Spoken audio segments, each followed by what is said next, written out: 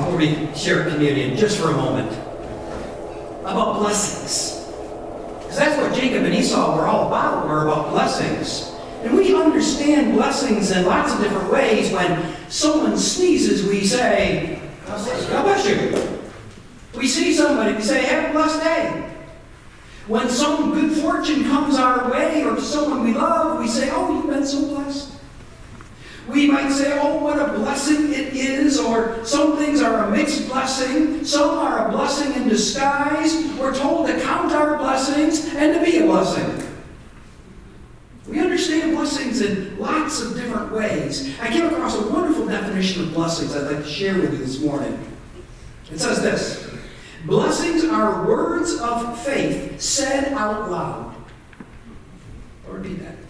Blessings are words of faith said out loud. And Jacob and Esau, as you saw, were all about the blessings, whether it be the inheritance or the continuing act of blessings and grace through God, through their father Isaac. We need to understand this, however, in any discussion of blessings. We need to understand and affirm that God is the ultimate blesser, the creator of every blessing in every time and every place and every situation.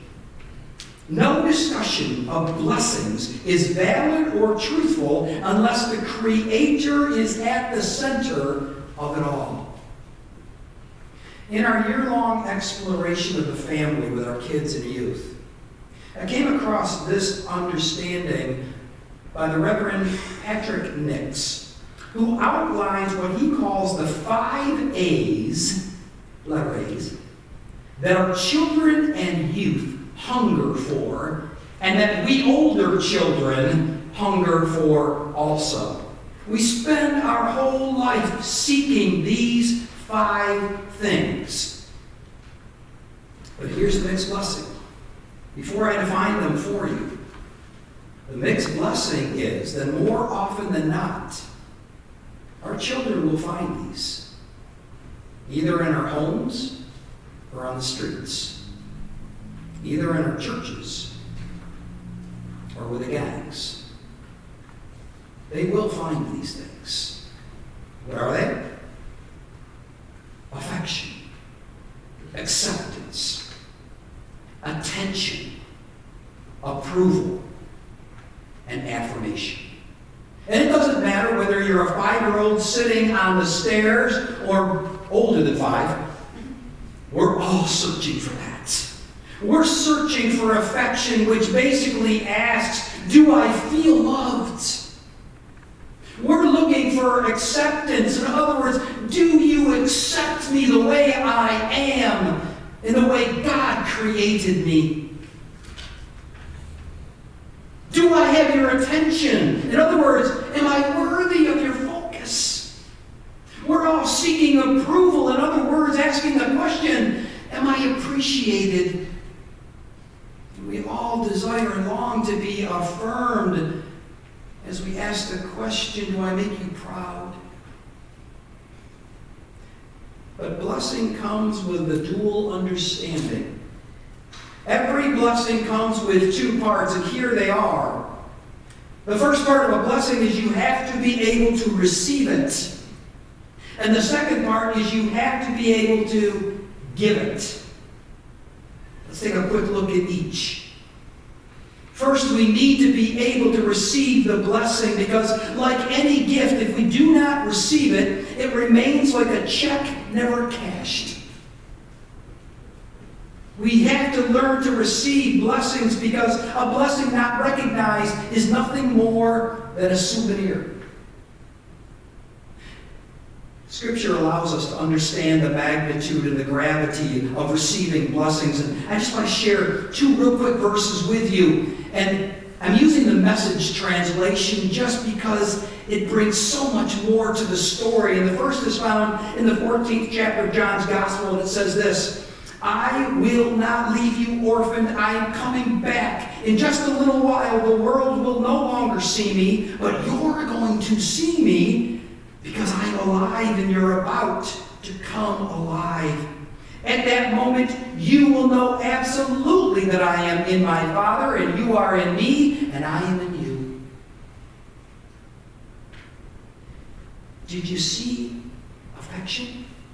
Did you see acceptance? Did you see the attention given to us? Did you see your approval and your affirmation? It's in there. Amen. The book of Romans, chapter 8. This resurrection life you receive from God, get this, is not a timid, grave-tending life. Oh, I like that. It's not a grave-tending life.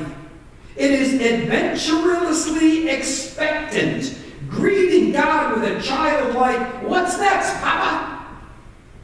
God's Spirit touches our spirits and confirms who we really are. We know who He is, and we know who we are, Father and children. In addition, we know where we're going to get what is coming to us, an unbelievable inheritance. Did you see the affection, the acceptance, the attention, the approval, and the affirmation in there? I think we all recognize the vast difference between the blessings of the world and the blessings of God. Oh, we might receive some worldly blessings along the way, but many times we receive them if we're educated, well-connected, charismatic, outgoing, or just persistent enough to jump through all the hoops. Yeah, then maybe the world might send you a blessing or two. But God has, God is, and God promises to continue blessing us. Not as the world gives does He give to us. John 14. The Divine One promises each of us an abundant whole life where the only remaining questions are these. Will I accept it? And will I live into it? Because the second half of receiving a blessing is to be willing to share the blessing, to give the blessing. I believe it takes faith to give a blessing. And here's your homework assignment. You thought you were just going to church. Read the 11th chapter of Hebrews sometime this week. What a marvelous chapter. It shares the great stories of our faith from Abraham, Moses, Noah, Rahab, Gideon, and David. And right in the middle of the 11th chapter of Hebrews, and when I talk right in the middle, it's 40 verses. This is verse 20. Right smack dab in the middle.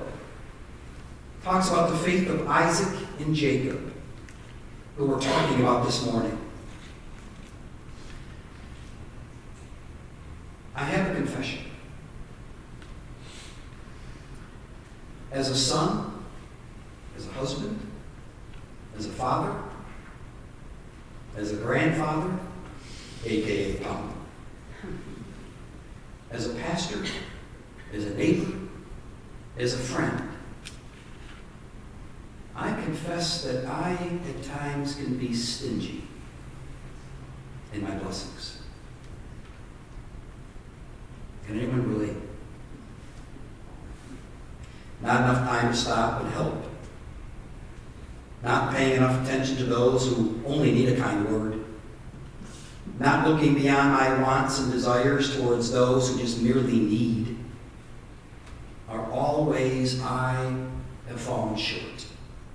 And my hope is that my confession will lead us toward a deeper realization, a deeper confession, a deeper awareness of the many ways we fall short. But there's good news. There has to be. We're in church. There's good news, even in our confession. And the good news is this: we have so many families to bless. We can bless our parents, those who are still with us, and those whose memory lives through us. We can bless our spouses, whose love language we may seldom speak. We can bless our children and youth who obsess on what they are not rather than what they are becoming. We can bless our grandchildren whose young lives are enhanced by the experience of our years. We can bless our neighbors who live in geographical proximity but are strangers in every sense of the word. We can bless our church family. Those whose presence we may have worshiped alongside for decades, but never bothered to love.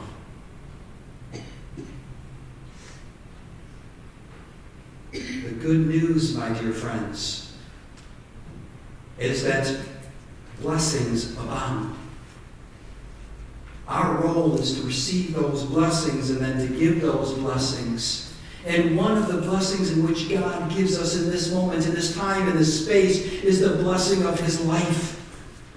The invitation to come and gather at the table. And so we remember one more time how Jesus gathered with His disciples on that night, and they shared a meal. And after the meal, Jesus took simple bread and broke it, and He gave it to them, saying, "This is my body broken for you. This is my blessing. Receive it."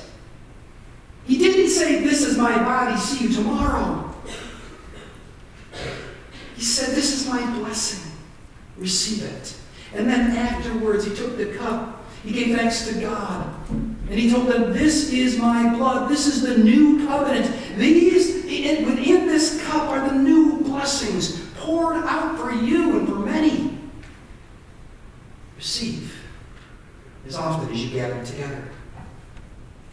So in this holy moment, when we join spirits with Christians around the world, we ask God's blessings upon this bread, upon this cup, upon the small bread and cups that will be taken by you to be a blessing into the world. I encourage you, find someone this week that would be blessed to have communion.